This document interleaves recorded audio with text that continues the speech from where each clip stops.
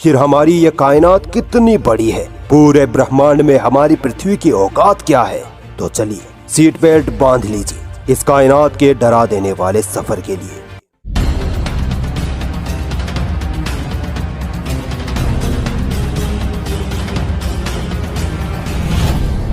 दोस्तों ये कायनात बनी कैसे, सबसे पहले तो इसी रहस्य से पर्दा उठाते हैं। सन 1929 में एडविन हबल ने अपने टेलीस्कोप से ये ऑब्जर्व किया कि स्पेस की चीजें एक दूसरे से दूर जा रही हैं। इसके बाद सन 1931 में जॉर्ज लेमेत्रे ने एडविन हबल की खोज को सपोर्ट करते हुए ये बताया कि अगर स्पेस की चीजें एक दूसरे से दूर जा रही हैं, तो यकीनन एक वक्त ऐसा भी था जब ये सारी चीजें एक जगह इकट्ठी थी।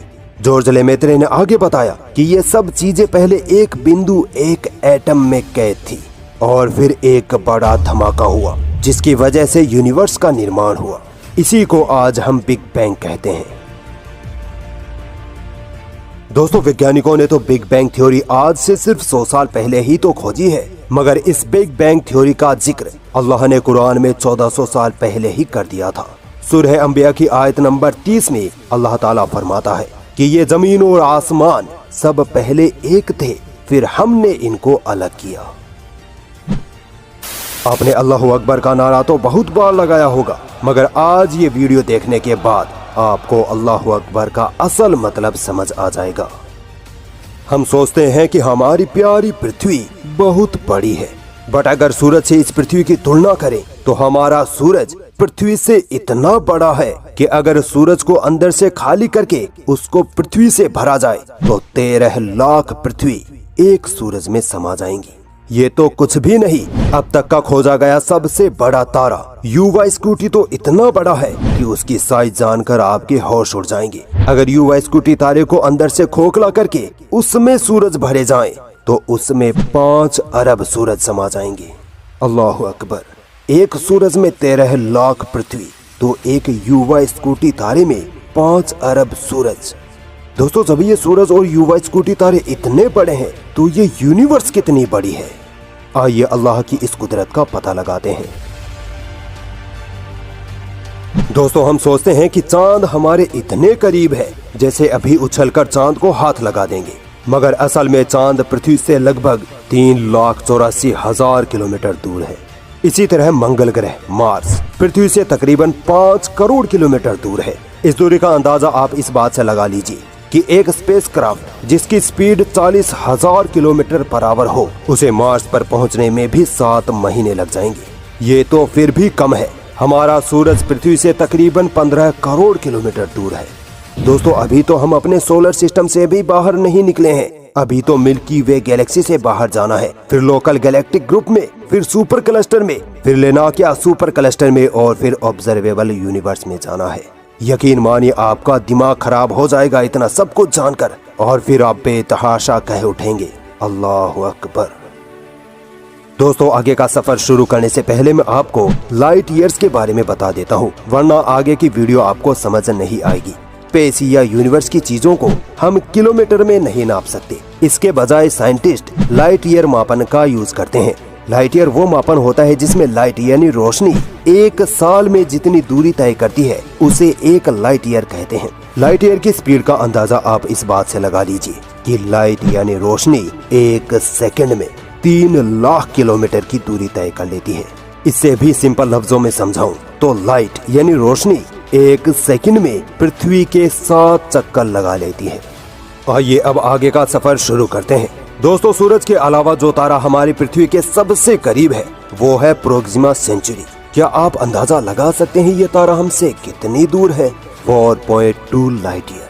अगर हम स्पीड ऑफ लाइट से भी इस तारे की तरफ निकले यानी एक सेकंड में 3 लाख किलोमीटर दूरी तय करें तो भी हमें इस तक पहुंचने में 4 साल लग जाएंगे। मगर दोस्तों ये पॉसिबल ही नहीं है, क्योंकि दुनिया में अभी तक स्पीड ऑफ लाइट जितनी तेज टेक्नोलॉजी बनी ही नहीं, और जो टेक्नोलॉजी बनी है उसकी सहायता से भी अगर हम प्रोक्सिमा सेंचुरी तारे की तरफ जाएं तो भी हमें 6000 साल लग जाएंगे। इस दूरी को यूं समझिए कि आप एक कार में बैठे हैं जिसकी स्पीड 100 किलोमीटर पर आवर है और आप प्रोक्सिमा सेंचुरी तारे की तरफ निकल पड़े, तो पता है आपको कितना वक्त लगेगा वहां पहुंचने में? 84 अरब साल। तो बताओ तुम अपने रब की कुदरत को पार कर सकते हो? दोस्तों, आपने ब्लैक होल्स के बारे में तो जरूर सुना होगा। यूनिवर्स में ब्लैक होल्स ऐसी जगहें होती हैं जो बड़े बड़े तारे, गैलेक्सीज, यहाँ तक कि रोशनी को भी अपने अंदर जज्ब कर जाते हैं। इतना बड़ा साइज होता है ब्लैक होल्स का।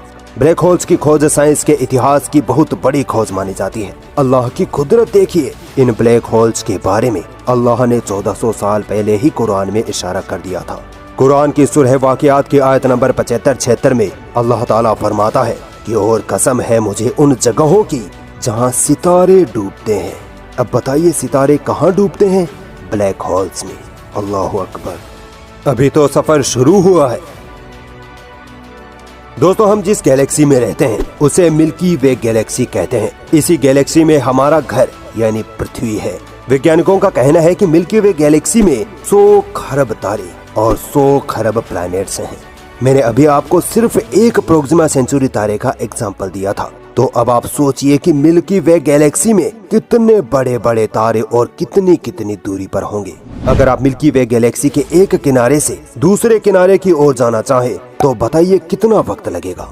1,00,000 लाइट ईयर्स। आप सोचिए, जो तारा प्रोक्सिमा सेंचुरी हमसे सिर्फ 4.2 लाइट ईयर दूर है, हम पूरी दुनिया की टेक्नोलॉजी लगाकर भी उस तक नहीं पहुंच सकते। तो सोचिए मिल्की वे गैलेक्सी कितनी बड़ी होगी।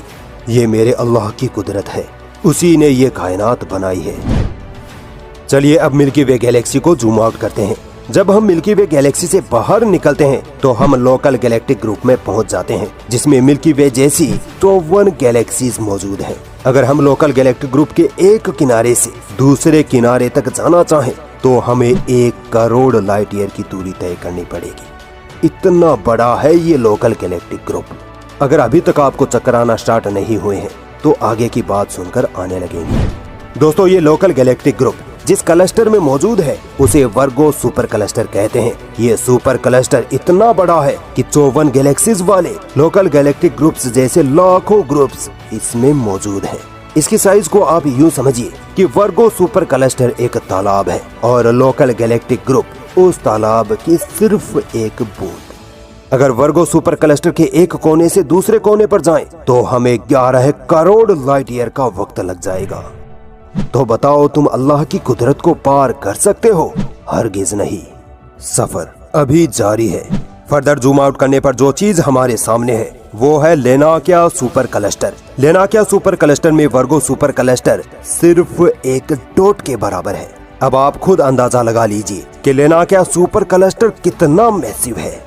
वैज्ञानिकों के मुताबिक इस सुपर क्लस्टर में 1,00,000 गैलेक्सीज मौजूद हैं। इन्हीं 1,00,000 गैलेक्सीज में हमारी मिल्की वे गैलेक्सी भी है, जिसके साइज के बारे में मैं आपको बता चुका हूँ। लेनाकिया सुपर क्लस्टर के एक सिरे से दूसरे सिरे पर पहुँचने में हमें 520 मिलियन यानी 52 करोड़ लाइट ईयर का वक्त लग जाएगा।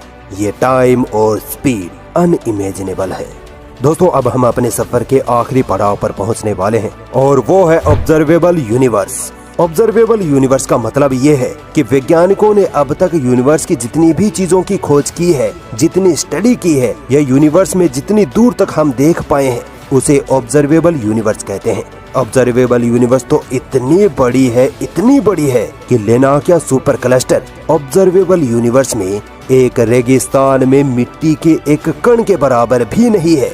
वैज्ञानिकों का मानना है कि ऑब्जर्वेबल यूनिवर्स में 2000 खरब गैलेक्सीज मौजूद हैं। अनबिलीवेबल।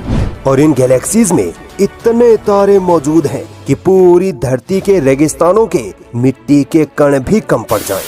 अगर हम रोशनी की रफ्तार से यानी 1 सेकंड में 3 लाख किलोमीटर की रफ्तार से भी ऑब्जर्वेबल यूनिवर्स के एक कोने से दूसरे कोने तक पहुंचना चाहें तो भी हमें 93 बिलियन यानी 93 खरब साल लग जाएंगे।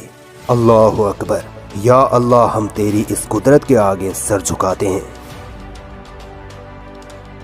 दोस्तों, अब तक आप इस बात को समझ चुके होंगे कि इंसान इस यूनिवर्स को पार नहीं कर सकता। अब अगर मैं ये कहूँ कि अल्लाह ने ये चैलेंज 1400 साल पहले ही कर दिया था तो आपको कैसा लगेगा?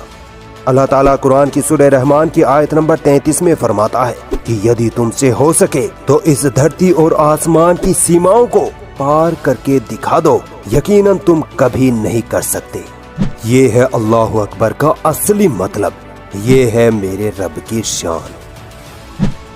दोस्तों, मेरा ये वीडियो बनाने का मकसद आपको अल्लाह की कुदरत और कुरान करीम की अजमत बताने का था कि किस तरह कुरान की आयतें साइंस से मेल खाती हैं। कुरान एक सच्ची और परफेक्ट किताब